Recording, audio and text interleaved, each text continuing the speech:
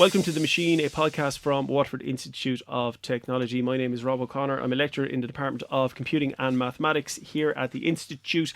And today we're going to talk about some of the courses, the computing courses that we have on offer here. The reason for this is that we have an open day coming up this coming Friday. You could be listening to this after the fact, before the fact, it doesn't really matter. The information will be relevant regardless. What we wanted to do was try and capture some of the frequently asked questions we get on the day and put them in podcast form so that somebody can go back over them at a later date, or if they can't attend the event itself, they have some material to work with. We're joined in the studio today by a number of the course leaders from WIT. We have Mary Ling, Mairead Marr, John Shepherd, Sinead O'Riordan and TJ MacDonald, and we're going to discuss a number of courses. We're going to talk about BSc in Applied Computing. That's an honours course. We're going to talk about BSc Hons in Computer Forensics and Security. We're going to talk about BSc in Software Systems Development, which has a Level 8 add-on. We're also going to talk about BSc in Multimedia, Applications Development and Creative Computing, which also has a Level 8 add-on, and BSc in Information Technology, which has a Level 8 add-on. Sorry, Rob, the software systems development is offered at both level 7 and level 8. It's not an add-on anymore. Oh, is it? Yeah. Okay, well, that's the kind of stuff now we can dig into over the course of the podcast. Thank you for pointing that out. So, Mairead, you have been a course leader for 100 years, but you're not anymore because you escaped. And I've actually adopted that role now. Thanks, Mairead. Much appreciated, Rob. Yeah, it's a penance.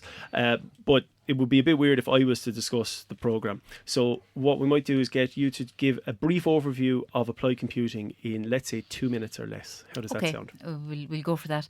I suppose just to give an overall context, all of my colleagues here will talk about the differences, I suppose, in all of the courses. And of course, there's loads of commonality. And there's a commonality in all the courses, a certain amount of programming, in all the courses, a certain amount of maths, and so on. But to look at the applied, if you look at the specialisms that we offer the students, you get a better idea of what the strengths of the applied computing. So we have, at the end of first year, they choose things like cloud, networking, games development, media development, Internet of Things, automotive, and a forensic stream as well.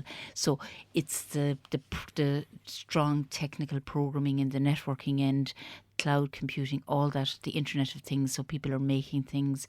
So if you can think about it, a lot of the applied students will end up working with their hands, making things. To that end, they'll need to do a bit of maths, a little bit more maths than in the other courses, a little bit more physics, to give them the basis for what they want to build, for what they want to think about, for what they want to do in their fourth year projects. So, for instance, ideas that they would have for fourth year projects would be making sensors for security, everything from that to a web app, to quite complicated web apps, to system programming, with people like Red Hat. So it goes from all that gambit, but it would be for people that think they like the idea of problem solving, thinking on your feet. If you're the sort of person that when you're doing a little maths problem, not that you really like all the maths, but that you love getting a maths problem out, we want to talk to you. Yeah. Excellent. That was very succinct. Well, and very efficient, Mairead. Yes, we like efficiency. We do. We like efficiency. Yeah. Mary, I'm going to go to you next. So, Mary, you look after software systems development, and you might give us a brief overview of what that is. Okay, thanks, Rob. From software systems development, I suppose, like its name suggests, is a software development program. It's primarily a software development program, and then it's underpinned by two strong streams in information systems and data. So, in the software development, you start off with problems again, with like Mairead, with problem solving, and then build on with web development and develop that further into mobile app development and web app development. From the IS point of view, we give the students a holistic view of the organisation so that when they go out to work later on, whether they start working in a startup company or in a large multinational, that they know how the system works, what the business processes are, what the business functions are, and so they'll be communicating and designing systems for end users so they know what those end users or what those systems are. From a data point of view, then you're talking about being able to manage and maintain data. And nowadays, with the generation of large volumes of data, we have a business analytics side on the data as well, and these skills are in short supply at the moment, and they're crucial so that you teach students how to work with large volumes of data and be able to identify patterns, so that then you're able to discover different problems such as how to price airline flights based on demographics, and how to maybe spot we'll say spam in email, things like that. So those type of skills are crucial. Now you picked me up on the level 7, level 8 difference, Yes. and I suppose maybe it might be a good point in time to just discuss what level 7 and level 8 mean in a kind of a generic sense. Yeah, well, the course was offered at level 7 So for a number of years. what is level 7? So when we talk about a level 7 course, so we're Yeah. talking about there's these NQAI, which stands for National Qualifications. Framework. framework. I should know this. And there's different awards are at different levels. So am I correct in saying Leaving Cert is considered level 5? And then you have level 6. Level 6, which would be the old kind of certificates. Yes, and then a level 7 is a 3-year course. A 3-year course. Course, yes. And a 3-year, like what would be considered a General ordinary degree. An ordinary degree. And then yeah. you'd have level 8 is an honours degree. Yes. Level 9 would be HDIP, Masters, Yeah. and then level 10 is PhD. So we're talking about programs that are at the level 7 and level 8 space on the framework. So I suppose just to get that out of the way, it's not to say that one is better than the other. No, I think it's important that we stress that. Yeah. And with the level 7 courses, you can get to a level 8 yes, as well. There are absolutely. add-ons you can do. Yeah. So it's not like you're setting yourself in stone at the start. Yeah. And in the old days, where you had level 6 courses could lead to a level 7 to a level 8, Level 8, and then onwards yeah. up to PhD Yeah, so you level could- if yeah. you wanted. So. Yeah, so we have an ab initio software system development, and we then have level 7, and those students at the end of year 3 can go into year 4. Okay. Yeah. So that's it. And SSD software system development is offered at both level 7 and level 8. Yeah. Okay. Whereas applied was the only ab initio degree in the department. Now there's the software systems and creative computing. Yeah. And actually, I suppose that's a nice segue into Sinead with creative computing and multimedia applications development. Sinead, could you be succinct and describe what that is in 2 minutes or less? Thanks, Rob. Okay, so we have the BSc in Multimedia Applications Development, and that's a level 7, 3-year course. We have the BSc Honours in Creative Computing, that's a level 8, it's a 4-year course. These are fundamentally computing courses, they're science degrees. They're BScs, okay, but they're computing courses specialising in creativity. And by creativity, I mean the likes of graphic design, 2D and 3D animation, media production such as audio and video production, UX design, which is user experience design. And I suppose to give a breakdown of creativity versus computing over the course of an academic year, the ratio is averaging maybe 60% computing and 40% creativity. Okay. I suppose if I'm talking to a student at Open Day or a potential student at Open Day, I'll ask them 2 questions. And one of those is, are you technical? And one is, are you creative? And in terms of the technical, how do you know? Because everyone is using technology now. But I suppose it's really, I think like Mairead said, if you're good at maths, there's a direct correlation between being good at maths and maybe being good at programming. So it would be indicative that you're good at from a technical point of view, and that you're a logical thinker. I suppose in terms of are you creative, then again this is one that you have to probe, because our students do not need to do to do art in school to be able to be creative in this course. So it's maybe difficult for them to decipher whether they are creative or not. So I would say things like, just to tease it out a little bit, do you notice things that are creative? Do you notice posters? Do you notice logos, TV adverts, maybe colours? Do you notice changes in nature, especially now at the moment with the changing colours of the leaves in autumn, those kind of things? And if a potential student can answer yes to both of those questions, I would think that maybe this might be the course for them, and our students are very unique to have, I suppose, to be able to use both sides of the brain in terms of their technology and creativity. So it's a very unique student that we have on our course.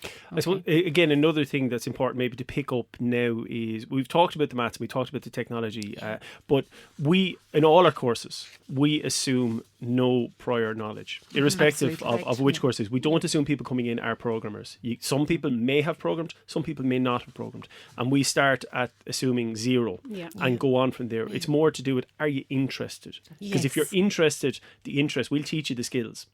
But if you have no interest in it, well, that's not really, you go off and do something else. And we would prefer students did the right course for them rather than just come in and boost their numbers. Marie, do you want to come in there? Just to say that in the class that just graduated last year, one of the graduates had never done any programming before she came in, and was probably one of the best programmers I ever had. So it is completely possible. It's the motivation and the interest and your interest in an elegance of programming and all that. That's what's important. Which is problem solving and puzzles. Problem solving, which we'll pick up as we come back to, because I'm conscious that John and TJ haven't had a chance to stick the roar in yet.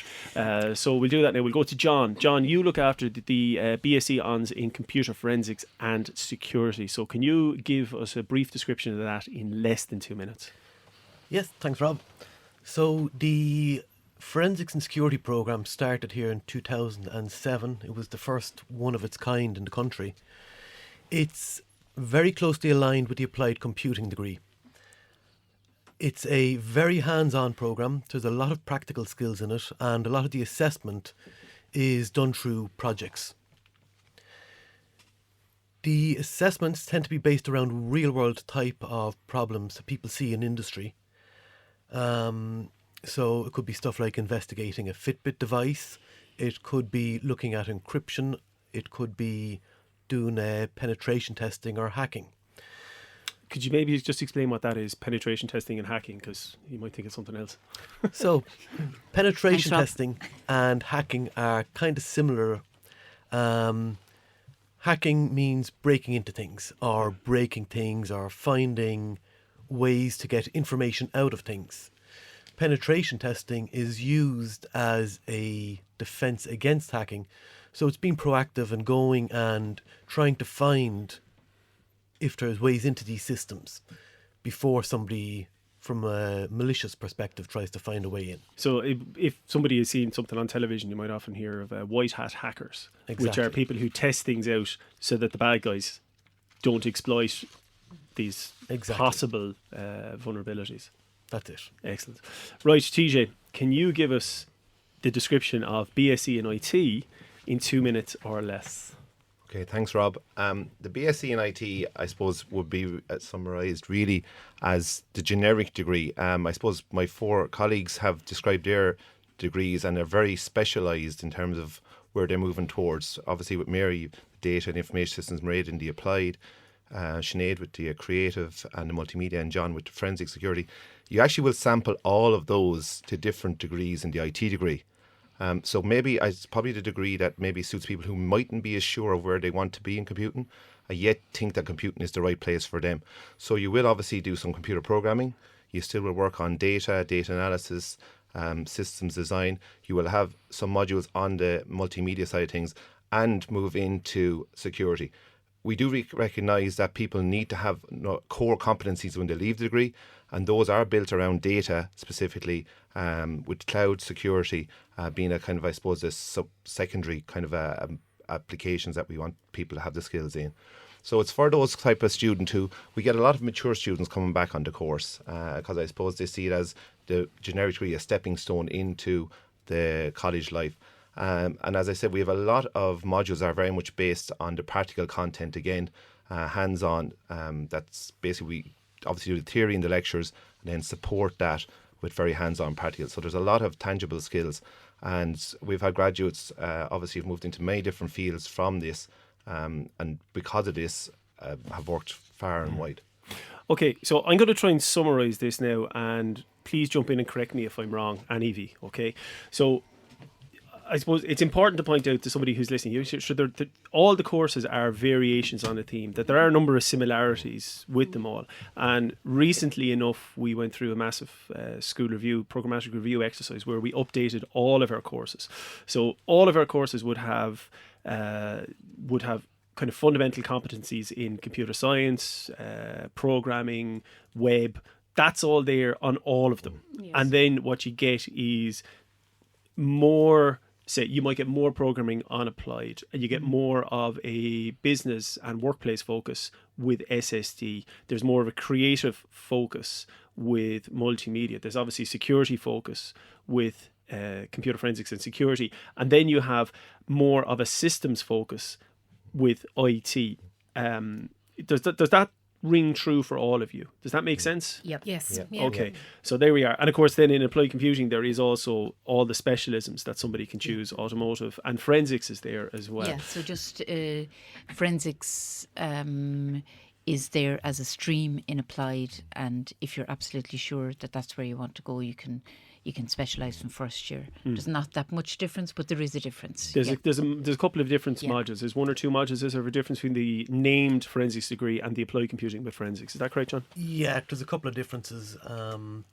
In the second half of first year, there's a physics module that the applied people do that the forensics guys don't. That's It's minor changes. Very minor, Yeah. Okay. TJ, you want to come in there? Yeah, I think that the other very important aspect that's on all of our courses is the work placement. And Yeah. the work placements are hugely beneficial to all our students because it gives you that time out working in industry, and that's really invaluable to students because when they come back, they're really transformed after that 3 to 6 months period. Okay, And well, that's across all our courses. I was going to come to that later on, but you brought it up now, so we might as well go to. So work placement is something that we do focus on heavily here in WIT. Could you maybe just even explain what workplace placement is? Is it like your TY work placement? You go and work for a week somewhere? Not really. No. Well, I suppose that in a more elongated fashion. We have a work placement officer, Tracy, who looks after the placement of the students, and because we actually have it actually across 2 different semesters, we can alternate when the different students, because my students will go out in semester 1, so will Mary's, but Mairead's and John's will go out in semester 2. So there's obviously not the same tranche going out to the same companies. But once again, we look at companies that really can benefit the students. So we obviously try and get the student into companies where they will, I suppose, make the most of their skills and enhance their knowledge. So when they come back, they can really enhance their experience here. Yeah, and sorry, just to clarify on that, TJ, when you're saying they go out in semester 1, it's semester 1 of year 3, just in case students get confused about that. The other thing is there is another option of going on Erasmus, which is going to a city that we have a link with a college, maybe in Holland or Austria or Paris or whatever, and students enjoy that. Some students go into a college and take modules in another university. Some students have gone into a research group in colleges and have learnt a lot from that as well. So that's another alternative. Okay, so work placement, if you're looking it up online, you might see it referred to as flexible semester. Yeah. And again, it's typically work placement, Erasmus. There's also other development work that the students can offer. There are a number of options, but but by and large, that's the 2 options the students most do. of them do the work placement. So essentially, a student goes out and for usually a period of 3 to 6 months. Yeah. I know Minimum 15 weeks. Yeah, but usually it's by Usually and get the large 6 about month 6 months. placement, yeah. They go in and work in a company, mostly get paid as Yeah, well. mostly paid, Yeah, yes. mostly in the computing industry, which is different to say internships in other disciplines. Might reflect the skill shortage that companies are just mad to get people in. Anyone who is anyway competent, come in. Maria, do you want to go there? Yeah, I think some of the bigger companies that are around, like Red Hat and so on, use it as a really good way to have a really long interview with a student. Yeah. So in most cases, students that would get placement in some of those bigger companies would be offered a job before they come back. So they have a job waiting for them in 4th year. Now, they don't need to accept it, but they have a job in their back pocket, which you can imagine in 4th year is great. And they've been paid. Most of them come back with new laptops from the money for the first time. They've shiny Macs, even some of them. But it's fantastic opportunity for them to go. And as TJ said, they come back completely different. Now, just to kind of the applied computing course was the first it was the first degree in the IT sector, in the IoT sector in Ireland, and it was certainly the first degree to have the placement. And for I think 20 years was the only degree to have the placement in the college. So in the department there's a huge bank of contacts that we have that that we're way ahead of the posse from that point of view, and there's a lot of work in getting students placement, but it's so worth it for any of us that have seen the students in fourth year. And in my work as course leader, you see the students in first year and you see the development, and then they come back in fourth year and the jump they've made, everything is more in context with them. So it's absolutely, it's fantastic. And most of them, as you say, do get paid. And that is quite unusual, to be honest, because, just saying the applied, not many of them go to Erasmus. I think that's just something we'll work on, and to get more people going over abroad, because it's a fantastic opportunity. And I suppose, I mean, I don't look after the Erasmus program. I quite like it, and no student is at a disadvantage for choosing Erasmus over work placement, because ultimately in a graduate, if a company is looking at somebody and they see they have spent 6 months in Vienna, Absolutely. That's fantastic as well. Rob, I forgot to mention earlier that we have electives on our programme that are not in the discipline of science, so they're in languages, psychology and business technology commercialisation. But so when you're talking about languages, yes, you're talking about like German yes, French, so they can do either beginner German or post-leaving cert French and German. So that's an opportunity for those students then to go on Erasmus to further develop their knowledge of the language. Yeah, so it's important to distinguish between that and C++ or something like that. Absolutely. And just even one of the applied students who went on Erasmus, we kind of encouraged them to do half computing and half math stuff. Yeah. So just say one guy was in design, in Copenhagen, and he did stuff on design, because Copenhagen is where you're going to buy furniture if you want, because the design ideas are so good. Yeah. So the design idea, so it's just do something you'd never do here, and it's such a wonderful opportunity. And I mean, the growth, the growth very they have much in so, there yeah. is There is, and there's funding available for that as well. Oh, absolutely. Yes. Now, so the work placement is central to all our programs, and it is, personally, I found it to be great. You see, one thing that really kind of, back when I was a student 100 years ago, the third year work placement, the thing it did was it cemented an awful lot of abstract ideas. So say you're talking about something like systems analysis, okay, and you're talking about, you're drawing boxes on a board on a piece of paper, and they're all kind of related and you don't really get it. But then I remember working in a large team in a company, and suddenly it all made sense, because you could see how all these disparate strands that maybe you were exploring actually were tied in together. And that's something that, it's like the Matrix. Nobody, you can tell you about it, but you have to experience it for yourself. Yeah. But and then you might say, well, why don't you go on work placement earlier? Because you wouldn't have the skills to go earlier. Yes. So it's a kind of a push me pull you thing. So generally that kind of third year place is where you've done enough to be useful to a company, but equally your education is not finished yet. Does that sound fair enough? Yeah. Okay. Sorry, Rob. No, go. Some students do come back with ideas for their fourth year projects from their placement, and in fact get some technical help from their placement as well, which is great. Yeah.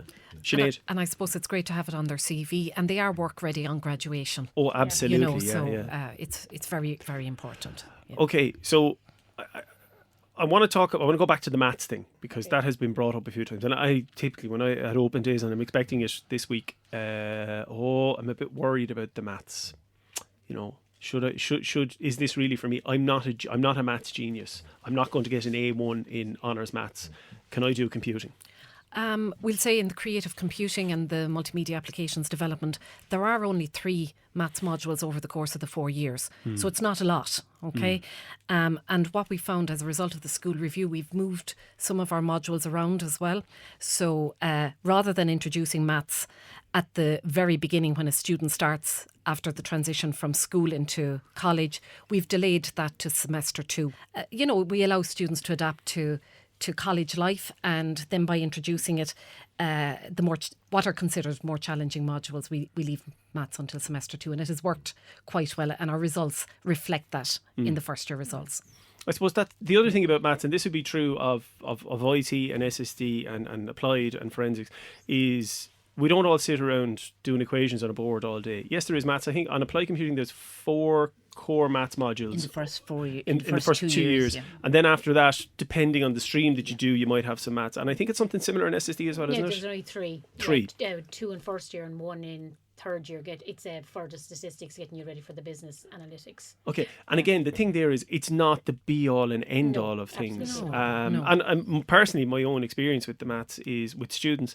Generally speaking, students who show up, go to their classes, Yeah. do their work on time, get on fine. The issue is when you go in and say, "Oh, I can't do maths, therefore I'm not going to show up for 6 weeks," and then you're in trouble. TJ, you want to come in Well, I there was first? just going to say that they really do strip back the maths to very basic levels again, and they work really well with the students. So I think what you said was very true. If you engage with the lecturers, they will do everything they can to get you through the 12 weeks. And I suppose the old adage is that, if you attend, you have a far higher likelihood of passing the module. And Mary? we have a maths learning centre as well in the college, open for the last number of years. So that really helps students as well. Yeah, that's basically where a student can go Yeah. and basically get free grinds. Free grinds, Absolutely, yeah. 1-to-1. Make Yeah. an appointment and go, and and they can go in groups. So if, if they're just struggling with one concept, a few in a group can go and get extra tutoring free. Yeah. Just to mention as well, when people think they don't like maths, just to be very careful about. It's very easy to say I don't like maths. Like if you like puzzles, you like maths. If you like, if you had a bad experience in maths in school, it's not the same as saying I don't like maths, and we'll do everything so to help you around that. But just say in the applied and the applied family, there is quite a lot of maths. But there's a reason for it. It's not, as you say, because we like doing equations on the board. It's to give you the options to be able to do what you want to be able to do. It's funny, I was just thinking about a project that I'm working on at the moment with an arts group, and it's a music project with technology for an arts group. And yesterday I was doing maths equations to work out the probability of a piece of silence appearing in this. It's a long story, but there I was just doing, it was very practical. It was basically to ensure that the possibility of something not working was significantly low, was enough, was low enough to be tolerable, shall we say. And that's not, I'm not any great mathematician, and it was kind of scribbled on the piece of paper. It was very quick to do it. And that's kind of maybe give you an example of the kind of stuff that you can end up doing practically. Yeah, and also with the data, as Mary mentioned, big data is a massive, is very big, if you don't mind me using that. And really to do really good rigorous analysis on that, you're going to need maths, and you're essentially what we want, what we're trying to do is teach people how to learn. And if you see a maths equation 10 years down the line that you're not scared of, that you can actually enter into it if it's not something you've seen before. So it's all about that and being enthusiastic about learning at the end. If we do nothing else, we've our job done if people are enthusiastic to learn something new when they leave. Okay, another common question that we often hear on open day is, I never programmed before, I'm nervous. Would anyone like to take that? Okay, we've done a lot of work, Rob, around this, because even if people have programmed before, we ignore that. Okay, so we start now with very graphic kind of programming language called processing.org, if anybody wants to have a look at it, and it's all about animation in the beginning. So we assume you don't have any programming. If you like doing puzzles, if when you get a puzzle out you get a bit of a buzz, if when you get a maths theorem out or something like that you get a bit of a buzz, and if you can imagine creating something on a screen, or more in Sinead's part in the creative of creating something beautiful, but just being able to control something working on a screen, if you can see that gives you a buzz, that's what you need. You don't need any particular language, you need an enthusiasm for it. Now, it is very hard to know, will you like that? But there are hints, and the hints of getting the buzz out of doing something, and being able to go away from something saying, I'm happy with that. TJ? Yeah, I think, when you look at it, programming is one of those things that you think you have a flair for and you come into it, but we all have come through college ourselves many moons ago. And with that in mind, it's a process to go through programming. You have to be willing to work with it. And I think if you have that inquisitive mind and that logical mind, I think you will find it more interesting as you engage with. What we're more afraid of with people is that after a week or 2 or 3, they decide it's not for me and walk away. if you bear with it, by week 9, 10, 11, we often find that it does make sense, and you actually do begin to enjoy seeing a system together and saying, oh yeah, I see exactly what that does now. And I suppose the other thing as well, it may be one module amongst 6. So it's not a case that everyone sits around equally doing equations, writing programming code all day. And of course, the different programs have different amounts of programming on them. John, you wanted to come in there. Yeah, so programming also gives you a very structured and logical way of thinking that a lot of people wouldn't be familiar with, and it exposes the kind of the mystique behind a lot of things that we interact with on a daily basis. So things like, how does a bank machine work? All of a sudden becomes very clear and very simple. How does logging into a website work? Becomes much easier to understand. And there's all different kinds of programming. So we have things like scripting, which is writing a couple of lines that will make something run automatically. Or we could have web application programming, or writing Java programming. So there's a whole variation of different kinds of subsets of it as well. Mary? And just going back, your question was, I haven't programmed before, Yeah. will I be lost? Sometimes it's better if a student comes in with no knowledge, because it's like learning to drive and then going to the instructor, because sometimes you have bad habits, and students do feel intimidated sometimes when they come in and they're listening to someone showing off about what language they have and what they know.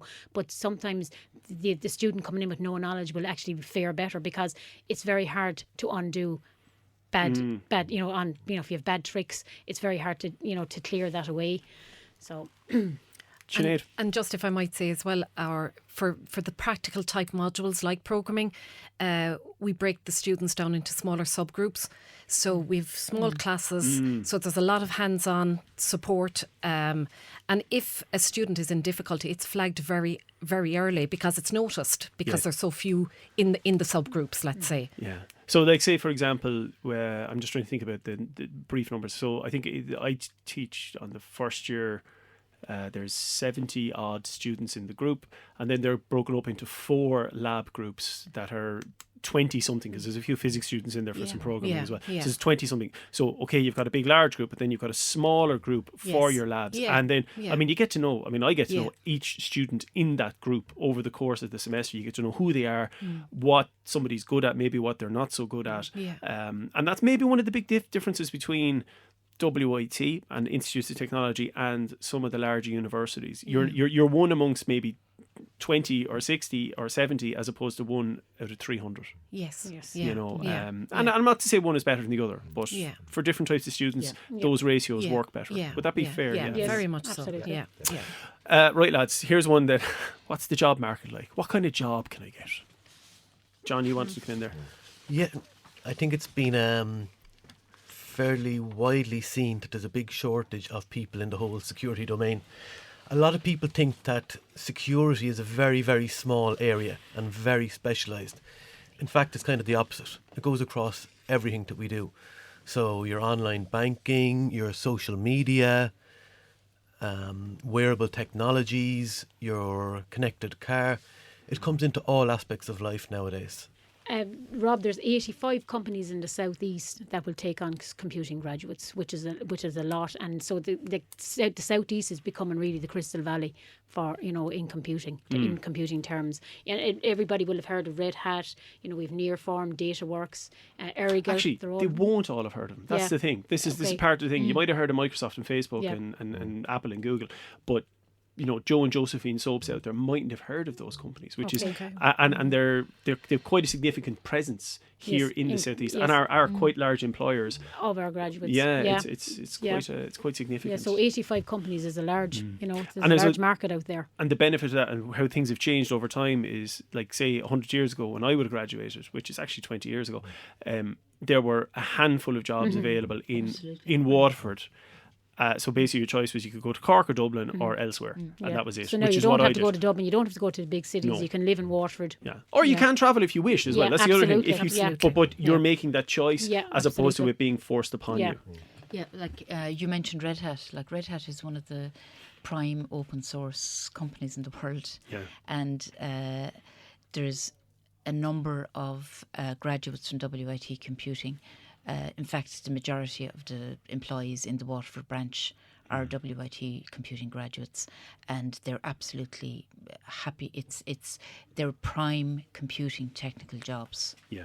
of in the country. Yeah. They really are. Yeah. So again, going back to what the job market is like, TJ.